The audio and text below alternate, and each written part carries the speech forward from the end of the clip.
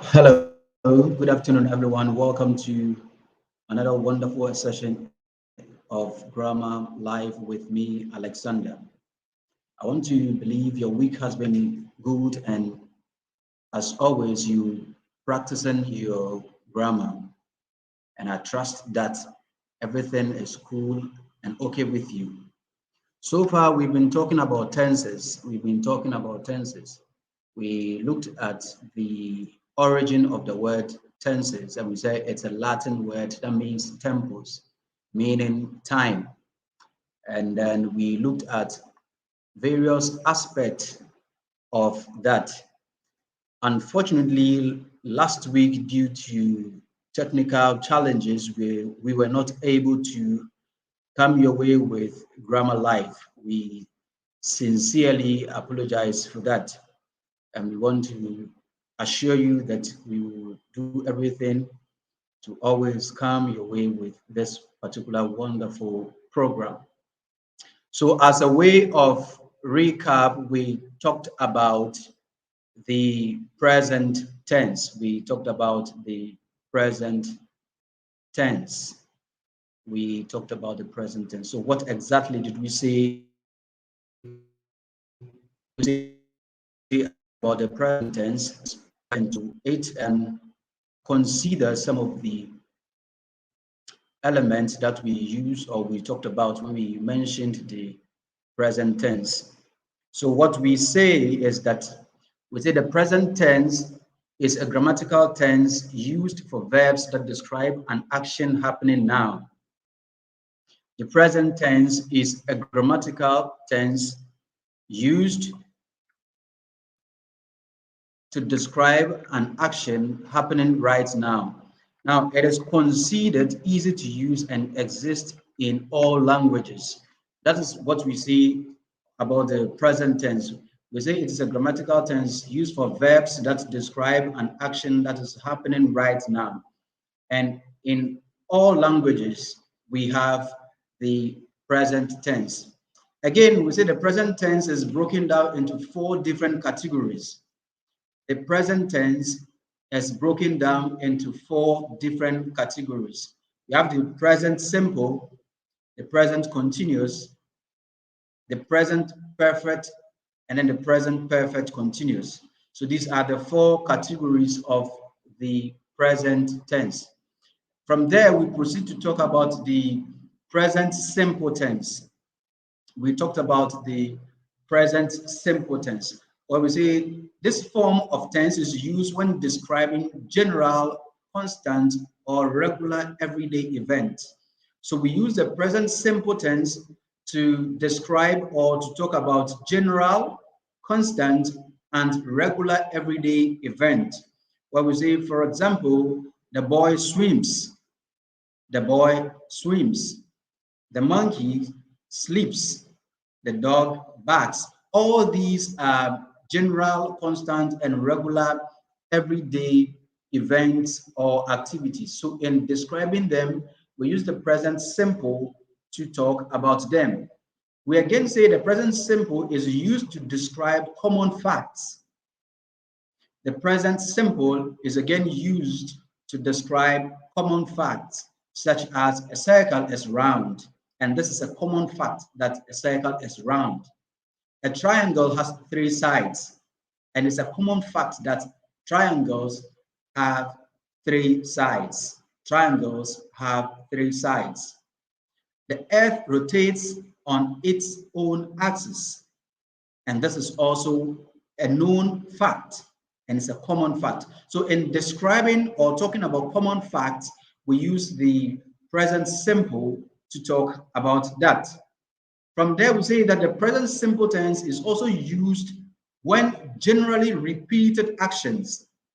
The present simple tense is also used when generally repeated actions occur. Now, this action could be actions that are occurring not at the moment of speaking. There could be actions that are occurring not at the moment of speaking. And when describing future events that reoccur consistently.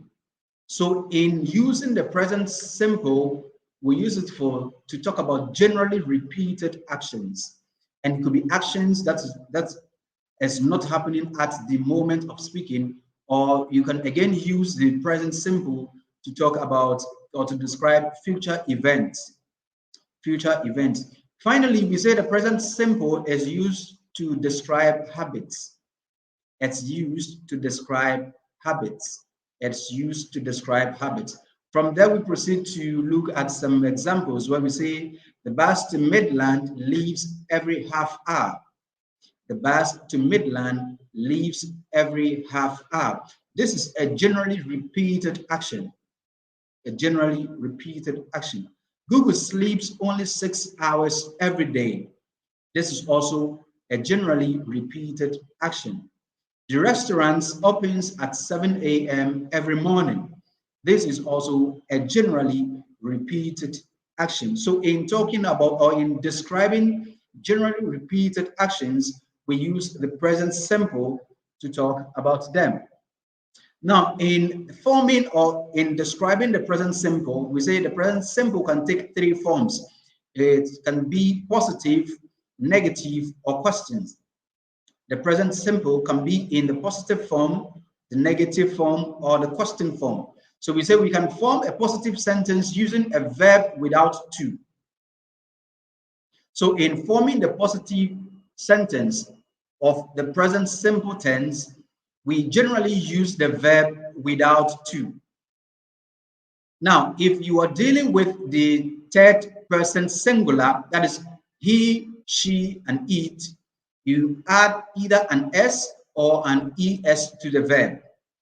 So for example, we say verbs that ends with an S, SH, CH, or SS, we add ES to the verb when we want to use it with the third person singular. So if you have watch, which ends with a CH, you add ES to it before you use it with the third person singular. So it becomes he watches or she watches. But apart from that, the rest of the verbs, you only add an S to it. So for example, for the first person singular plural, second person singular plural, and the third person singular, you use the verb without to. You use the verb without to. That's why we have in this example, I swim. I swim because I is a first person singular. I is a first person singular. But the second example, she runs once every week. She is a third person singular. So per the rule, we add an S to the verb. We add an S to the verb. So that is for the positive sentence. For the positive sentence. Now, in negative sentences, we use do not or does not. In negative sentences, we use do not or does not. In questions, we use do or does. We use do or does. We use do or does. Now, do or does is basically used for the third person. Does is used for the third person. So apart from or aside the third person, the remaining forms of persons use do. So first person singular plural, you use do for the question form. Second person singular plural is do, but for third person singular is does. But the third person plural also uses do. It is important. In the same way, for the negatives, does not goes with the third person singular. Does not goes with the third person singular. Apart from that, the rest uses do not. The rest uses do not. That is what we talked about in our previous meeting concerning the present simple tense. That is what we said about the present simple tense. In today's series, we want to talk about the present continuous tense. The present continuous tense. What is the present continuous tense? How do we use the present continuous tense? How do we form the present continuous tense? That is what we want to look at today. So we're saying that we use the present continuous tense to describe something which is happening at the exact moment of speech. We use the present continuous tense to describe something which is happening at the exact moment of speak. So as at the time I am speaking now, if I want to describe what is happening now, I use the present continuous tense to talk about it. So I say, I am talking. I am talking. So I'm describing an activity or an event that is happening right at the moment of speech. So, for example, David is watching television at the moment. So, meaning as at the time I am speaking right now, David is watching TV. David is watching TV. So, in describing something which is happening at the exact moment of speech, we use the present continuous tense to talk about it. Another use of the present continuous tense is to describe an action that is taking place now, but not at the exact moment of speech. So the action is taking place now, but not at the exact moment of speech. So in describing such an action, we again use the present continuous tense to talk about it. So Mariam is working in Mali. Mariam is working in Mali, meaning that as at now, she is working in Mali. But this particular action is not taking place at the exact moment of speaking or speech. So in describing such events or such actions, we use the present continuous tense to talk about it. Again, the present continuous tense is used to describe events planned in the future. So if you have an event planned in the future and you want to talk about such an event, you can use the present continuous tense to talk about such an event. So for example, I am taking my French class on Tuesday. I am taking my French class on Tuesday.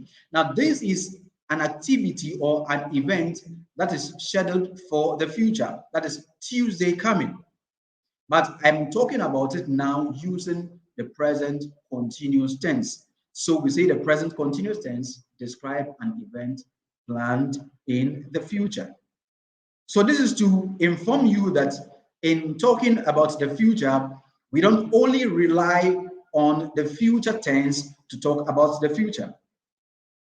Remember from our first lesson when we were talking about tenses that we said we use special constructions to even talk about future events like going to. It is the same way in talking about future planned event, we use the present continuous tense to talk about future events. Again, we use the present continuous tense to describe a temporary situation.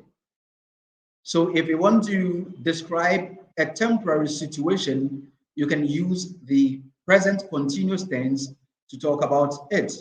For example, John is staying with a friend for a few days. John is staying with a friend for a few days. Now, this is just a temporary situation. It is not a permanent situation. So in describing or talking about temporal situation, we can use the present continuous tense to talk about such situations. We can use the present continuous tense to talk about temporal situations. We again use the present continuous tense to emphasize on the frequency of an action. we again use the present continuous tense to emphasize the frequency of an action. So if you want to talk about how regular an event or an action takes place, we can use the present continuous tense to describe or to talk about such a situation in describing how frequent or regular an action takes place. For example, that child is always crying for no reason. That child is always crying for no reason. In this case, you are emphasizing on the frequency or how often the child cries. You are laying emphasis on the frequency or how regular that particular child cries. So in laying such an emphasis, we use the present continuous tense to do that. We use the present continuous tense to do that. Now we again use the present continuous tense to describe changing situations. Changing situations. So if you want to talk about changes that are happening in situations or in event or in a life or something or someone, we can use the present continuous tense to describe such changing situations. We can use the present continuous tense to describe such changing situations. So, for example, her health is improving gradually. Her health is improving gradually, meaning there's a change in the status of her health. There's a change in the status of her health. So, in describing such a changing situation, we use the present continuous tense to describe such a situation. We use the present continuous tense to describe such situation. Now, how do we form the present continuous tense? How do we form the present continuous tense? Now, remember that we said all the tenses have three main forms: the positive, the negative, and the question forms.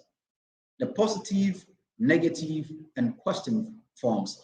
Now, one key element that you need to identify when dealing with the present continuous tense is the use of the auxiliary verb to be. The use of the auxiliary verb to be in the present form. So for us to form the present continuous tense, we need the auxiliary verb to be in its present form. And the present form of the auxiliary verb to be is am, is, and are.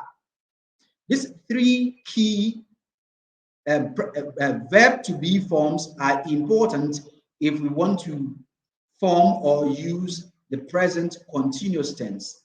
So in forming the positive form, the positive form of the present continuous tense, we have the subject, which is the one speaking or doing the action, the subject, which is the one speaking or doing the action, plus the verb to be, the present form of the verb to be.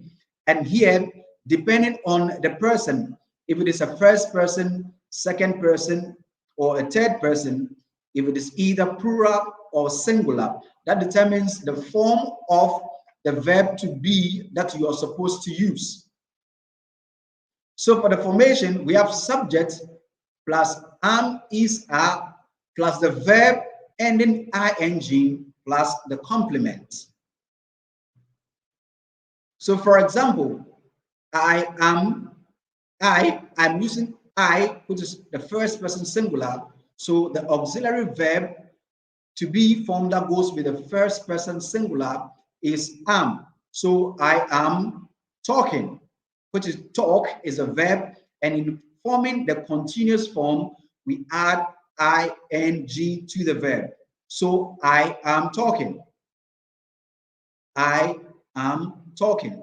So in forming the positive, we have subject plus the present form of the verb to be, which is am, is, and are, plus the verb ending ing. Now, when we come to the negative form, with the negative form, we only introduce not into the positive.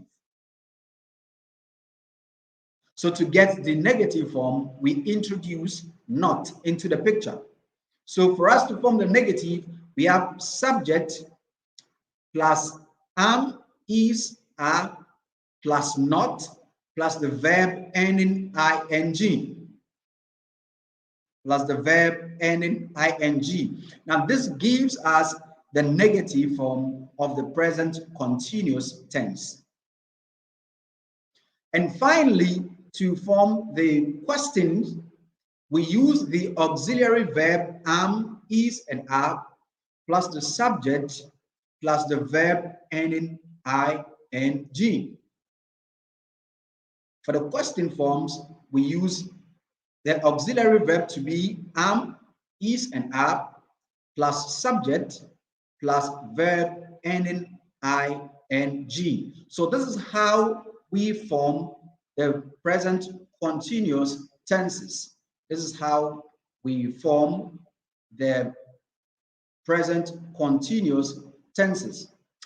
I believe this has been very educative and entertaining to you. All too soon, we've come to the end of another wonderful session of Grammar Life with me, Alexander. I'd like to thank you so much for your time, and as always, continue to send in your comment, your questions, and your contributions as you again continue to share the links with your friends and families and invite them in to join me next week for another wonderful session of Grammar Life. Till then, have a wonderful day and continue practicing. And always remember that with grammar, you'll speak better. See you next time.